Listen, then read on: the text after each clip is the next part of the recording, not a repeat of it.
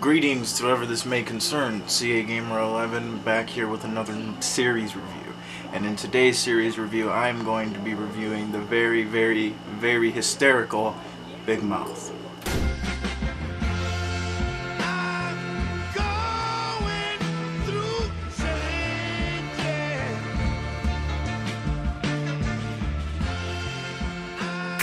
Big Mouth Seasons 1 and 2 are on Netflix as of right now. Season 2 was just added, which I was waiting so long for. It felt like it was only a year, but man, I remember coming home and watching it, and it was like in my recommendations, it's like newly released. So I think it was out for like 1 or 2 days. Season 1 was out, and I just said, F it, let me just watch it. So I click and watch it. Man, I was laughing. I think I saw like from episodes 1 to 6 straight through, and I was just laughing my ass off throughout the whole time. And when season 2 came out, it's hype, man. It's all hype. I was hyped for it, man. So I just finished season 2 right now. I finished season 1, so this review will be a combination of both season 1 and 2, and together I think, and another reason why I did this is because I think both season 1 and 2 are very good, equally good. It remains the same. Like it doesn't feel like anything's missing. It doesn't feel like they're trying to do too much. It feels like a perfect continuation, a perfect season 2, which is nice. So the show Big Mouth is about a bunch of kids in middle school going through that weird time in their life when they're coming across puberty. Yeah, puberty is a big thing. That like worries kids, excites kids, weirds kids out. It's always, odd. It's always an odd topic to talk about. And with puberty comes the topic of sex, which is another big odd topic to talk about amongst people and amongst, especially relatives like parents or a guardian or, yeah. Big Mouth goes into very uncomfortable topics, and they just like bring a lot of light to it though. It's funny because the creator Nick Kroll said that he would much love to see parents and kids watch this show together, and it'll come up with it, and that would generate like great conversations. And I actually, in a funny way, if parents don't mind their kids watching provocative stuff, like they know what to censor them from, and they know like what to watch them, like I know my kids, they'll be fine with it. Like for instance, when I was 5 years old, I saw Pulp Fiction. Yeah, that sounds about right. There's some parents that seem like, no, I don't really need to censor my kid because they know the difference between right and wrong, and I'm not gonna fear them becoming demented or messed up in any way, So it'd be cool, honestly, to see kids and parents watch this show together, and it kind of shines light on all those things that both parents and kids find very embarrassing to talk with about each other. They just how about you just sit them down and watch them Big Mouth, That's a great thing instead of having to talk, Watch Big Mouth because it's hysterical. Both of you will get a big kick out. I remember watching it with my parents, and it wasn't awkward. It was just both. Yeah, okay, maybe there was some parts that were like very awkward. Like some parts, since it's a cartoon, it does feel like it won't go above the line. Like it won't go across the line. There's a line. Alright, on TV, like Family Guy, we don't see full-on frontal nudity. There's a line for Family Guy, If there's gonna be an F-bomb, it's gonna be bleeped out, and then of course we hear it on DVD.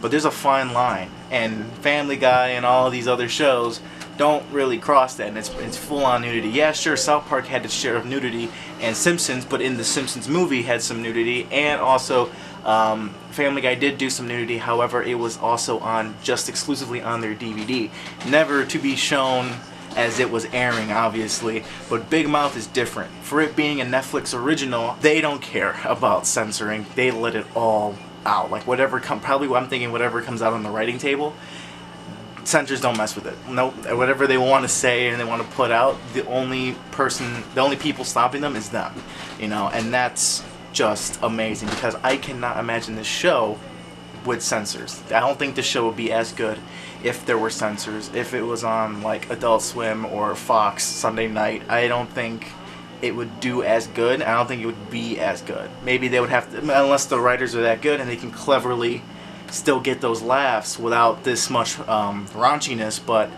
as of right now, like Big Mouth was censoring, No, don't do that.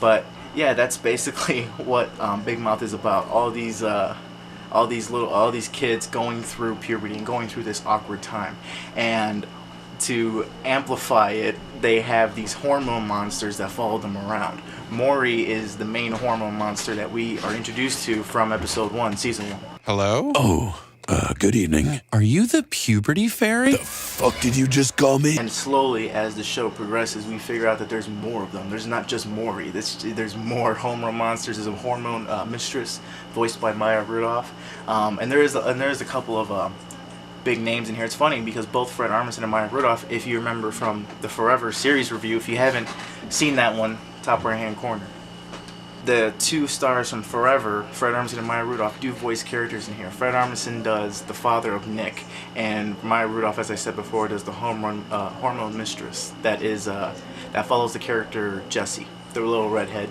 ponytail girl in the show. The show's two main characters are Nick and Andrew. Nick played by Nick Kroll and Andrew played by John Mulaney. It's funny because the animations obviously resemble somewhat how they look in real life, which I thought that was pretty awesome. I gotta say, both John Mulaney and Nick Kroll, they do an awesome job, man. Again, I always say, like, to make a good comedy movie, don't just make your main characters funny. Make everyone funny. That means secondary characters. That means characters that only have like a one-time appearance, cameos.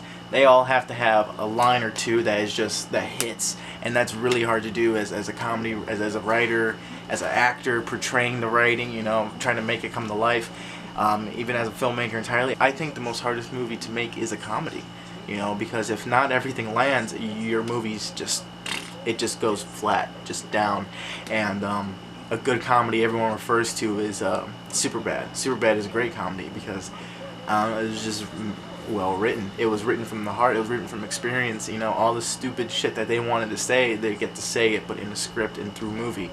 That's how Seth Rogen and Evan Goldberg did Superbad. They just took their high school experience and then they just amplified it, over-exaggerated, and added all the shit they wanted to say, but, you know, or probably they just said to each other, you know.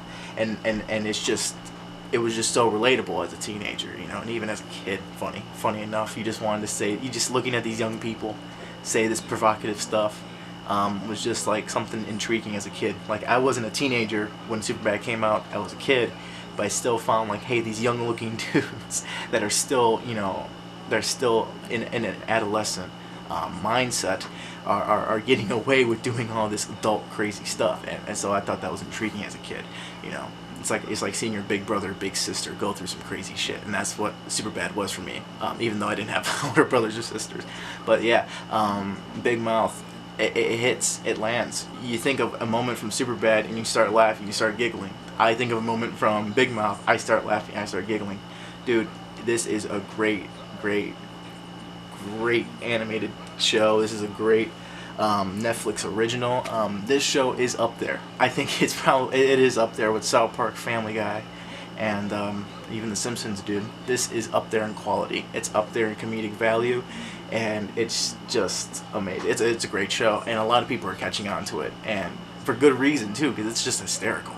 Like literally, I think this for me, in my opinion, surpasses Rick and Morty by a long shot. Like, this is just, it just left it, dude. We have 3 seasons, right? 3 seasons of Rick and Morty, and we only have 2 seasons of Big Mouth. 1, 2, now 2 seasons.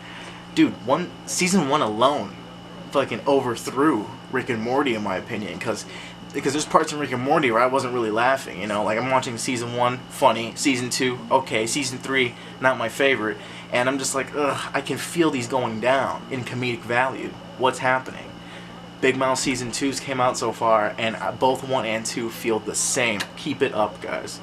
Keep it up, because it's an amazing show.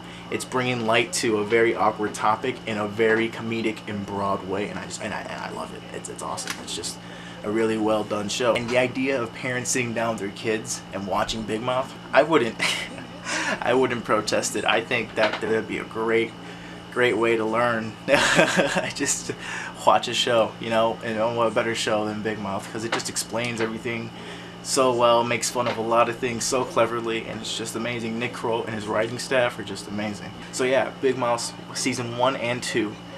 It's about kids going through the awkwardness of puberty and discovering their sexuality, and there's hormone monsters and all this crazy animated mythical stuff that happens because it is animated, and it's just taking the topic of going through this change in your life and discovering things in your life. It's just taking those topics and over exaggerating them in really great comedic, hysterical ways. And with that being said, I give Big Mouth a 9 out of 10. It is almost close to perfect, man. Why isn't it perfect? Well, for as much positivity I was giving the show, there are one or two, I'll tell you this, and this is pretty nitpicky because I don't think it's that all of a bother. There's just like I find myself in at most 2 moments when watching a season of Big Mouth. There's just 2 moments where I'm just like, just continue watching when a part is supposed to be funny.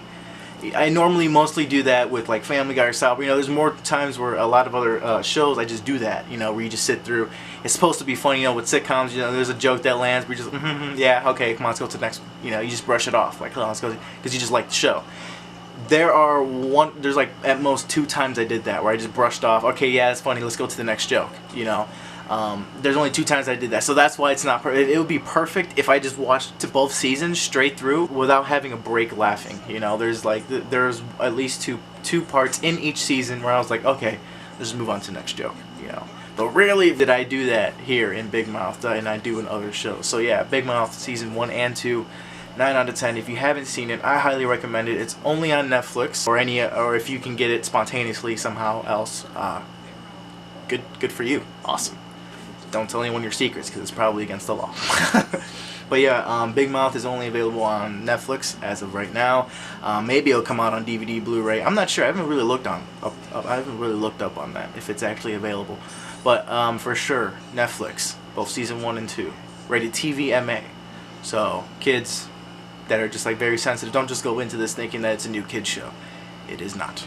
So yeah, it is very, very, very well written, very cleverly written, and I highly recommend it. That was the review for today. I will be continuing American Horror Story because it is the month of October. Happy Spooktober, everyone. If you haven't seen my season 1 review on American Horror Story, stay tuned till the end where it says click on one of these cool things. That video will be there. I will be doing season 2, Asylum. I did finish watching it. I'll say my opinion for the video. So yeah, Spider-Man. Hope you guys enjoyed Spider-Man. More of that will be coming. Like, share, subscribe. See you guys in the next one.